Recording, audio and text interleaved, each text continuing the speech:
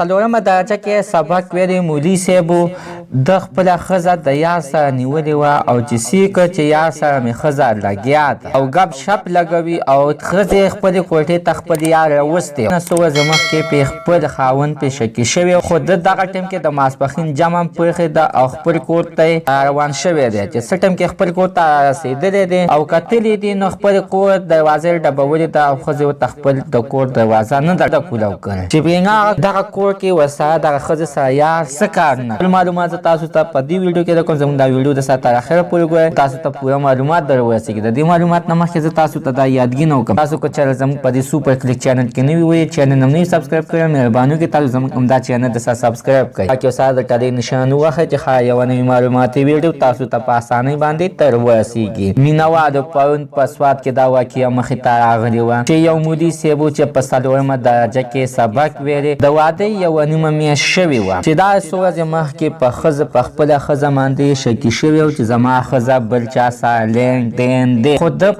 خپلې ښځې ته څه غږ وګونه کو ځان یې پې ناخبرو کې واچول خو مینهوالو چې دا مولوي صاحب چې نور کلی مدرسې ته به لاړو چې نور کلی به راتلو نو د ماسپښین د مانځه نه بعد چې په کومه ورځ باندې د دغه ټیم کې دا په خپله ښځه باندې شکي شوی دی او ویلی دی چې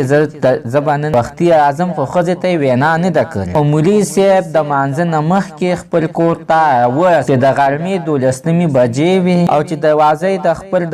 خپل د کور دروازه یې وټکټکوله نو ښځې ورته دروازه کولاو نه کړله ځکه مینهوالو چې د سره دننه په کمره کې یار او ځان یې سټ کو راسټ کو چې دوباره یې ورته وټکټکوله نو ښځه وله په سرګور ښځه وله سا نیولې وله دروازې ته راغله او دروازه یې ورته کولاو کړله خو دا مولوي صاحب ډېره سخت هوښیار و چې ده دې ښځې ته وکتل نو شکي شو پې نو ده سمدستي دروازه بنده کړه کور ته ور دننه شولو نو د ښځې یار پر مولوي صاحب باندې اټیک وکړلو د مولوي صاحب د وجلو